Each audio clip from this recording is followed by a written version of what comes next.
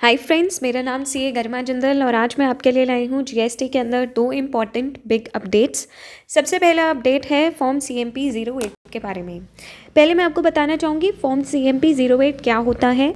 Friends, ये एक ऐसा फॉर्म है जिसके अंदर वो लोग जिन्होंने कॉम्पोजिशन के लिए ऑप्ट करा है जीएसटी के अंदर, इस फॉर्म को वो भरते हैं क्वार्टरली और वो अपनी जो डिटेल्स होती हैं, जो अपनी लाइबिलिटी होती है टैक्स पेबल की, वो इस फॉर्म के थ्रू जमा करवाते हैं।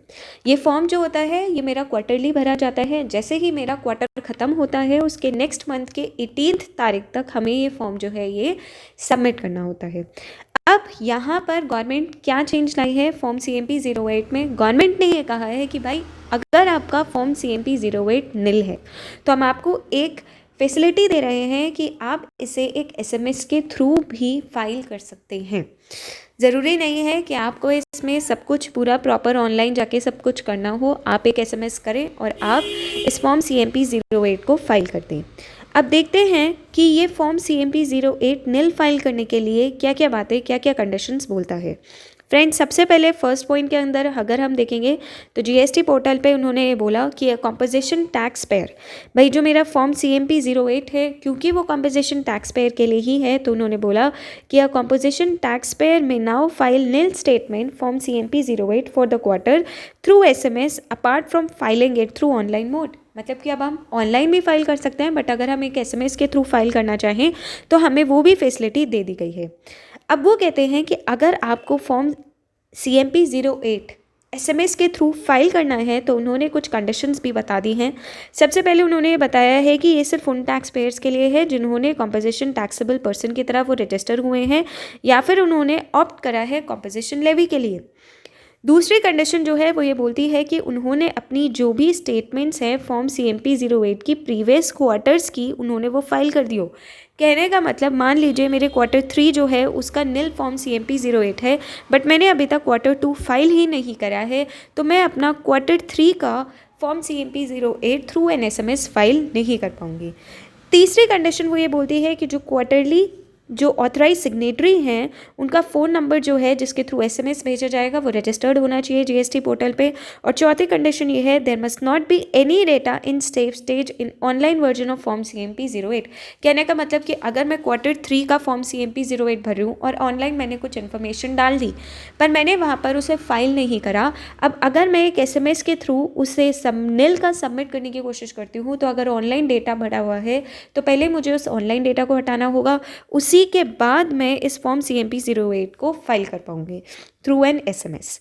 तो ये फ्रेंड्स हमारी 4 कंडीशंस हैं जो कि एक टैक्स पेयर को फुलफिल करनी है, तभी वो फॉर्म सीएमपी 08 को थ्रू एम एसएमएस कर पाएगा।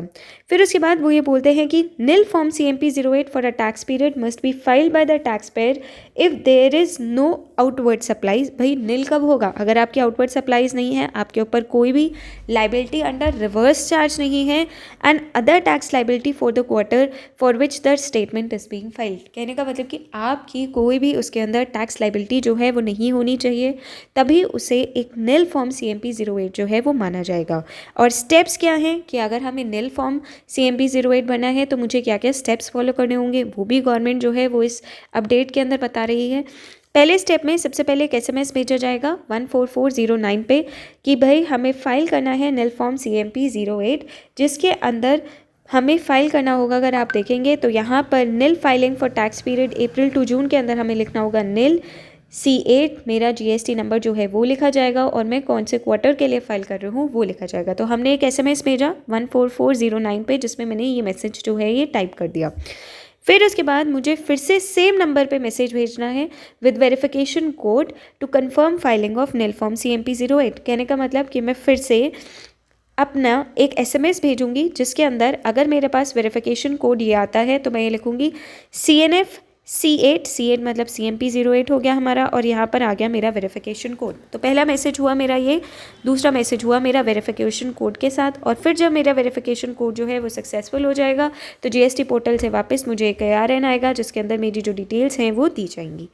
तो यहाँ पर उन्होंने ये प्रोसेस बता दी है कि भाई अगर आपको निल CMP 08 फाइल करना है तो आपको ये स्टेप्स जो हैं वो करने होंगे। साथ ही में वो ये बोलते हैं कि जितने भी ऑथराइज रिप्रेजेंटेटिव्स है फॉर अ पर्टिकुलर GSTN जिनका एक यूनिक मोबाइल नंबर है वो नील फॉर्म CMP08 जो है वो फाइल कर सकते हैं एक SMS के थ्रू। जो ड्यू डेट होती है वो CMP08 की, जैसा कि मैंने आपको बताया, वो नेक्स्ट क्वार्टर के ख़त्म होने के बाद जो नेक्स्ट मंथ आता है उसके 18th डेट तक आपको ये फाइल करना होता है। और अगर आपको और डिटेल्स चाहिए फाइलिंग CMP08 पे तो GST पोर्टल जो है उसके थ्रू देखी जा सकती हैं। तो फ्रेंड्स, ये तो पहली अपडेट थी GST पोर्टल पे जो फॉर्म CMP08 है उसकी नील फाइलिंग के बारे में आई। फ्रेंड्स, दूसरी बड़ी अपडेट जो है वो है हमारी GSTR 10 के बारे में। GSTR 10 के बारे में सबसे बड़ी अपडेट ये आई है कि GSTR 10, जैसे कि हमें पता है कि जब भी हमें इंटरेस्ट हम अपनी 3B के अंदर भरते हैं तो उसे अभी तक हम मैनुअली कैलकुलेट कर रहे थे कि भाई मैनुअली कैलकुलेट कर लिया और फिर हमारा इंटरेस्ट जो है वो निकल गया। बट अब ये पोजीशन जो है ये थोड़ी चेंज हो गई है। GSTR 10 के अंदर अगर अब हम उसे फाइल करने की कोशिश करेंगे तो हमने GSTR 10 के अंदर अपनी कुछ टैक्स पेमेंट कर दी। अब वो मेरी टैक्स पेमेंट जो मेरी ड्यू डेट से लेके मेरी GSTR 10 की फाइलिंग तक का जो गैप होगा उसके बीच का जो इंटरेस्ट होगा वो ऑटो कैलकुलेट हो रहा है। जी हाँ, आपने सही सुना है, ये इंटरेस्ट जो है ये ऑटो कैलकुलेट हो रहा है। इसका मतलब कि अगर जितनी डिले से मैं अपनी GSTR 10 फाइल करूँगी और अगर उसके अंदर मेरी कोई टैक्स पेमेंट्स है तो मेरा जो इंटरेस्ट है वो उतना ही बढ़ता चला जाएगा। अगर आज की डेट में, जैसे कि हमें पता है कि GST रजिस्ट्रेशन कैंसिल होते ही 90 दिन के अंदर मुझे अपनी फाइनल रिटर्न जो है वो करनी होती है, और अगर उस टाइम पे मुझे पता चला कि भाई कोई टैक्स पेमेंट है और मेरी उसकी ड्यू डेट बहुत पहले की थी, तो गैप के बीच का जो इंटरेस्ट होगा वो मुझे ऑटोमेटिकली कैलकुलेट होकर GSTR 10 के अंदर दिखेगा और मुझे उसे पे करना होगा। क्योंकि ऑटोमेटिकली कैलकुलेटेड है तो फिर मैं उसे बिना करे अपनी GSTR 10 जो है वो सबमिट नहीं कर पाऊँगी। तो हमें आगे से अब इस फैसिलिटी के ऊपर बहुत ज़्यादा ध्यान देना है। गवर्नमेंट जो है प्लान कर रही है कि सिमिलर प्रोविज़न जो है वो GSTR 3B जो है उसके अंदर भी लाया जाए। तो फ्रेंड्स, ये थी हमारी दो बड़ी अपडेट्स GST से रिलेटेड। होप्स आपको ये यूज़फुल लगे। अगर आपको वीडियो अच्छी लगे तो आप मेरी वीडियो को ज़्यादा से ज़्यादा शेयर करें, मेरे चैनल को सब्सक्राइब करें। Thank you.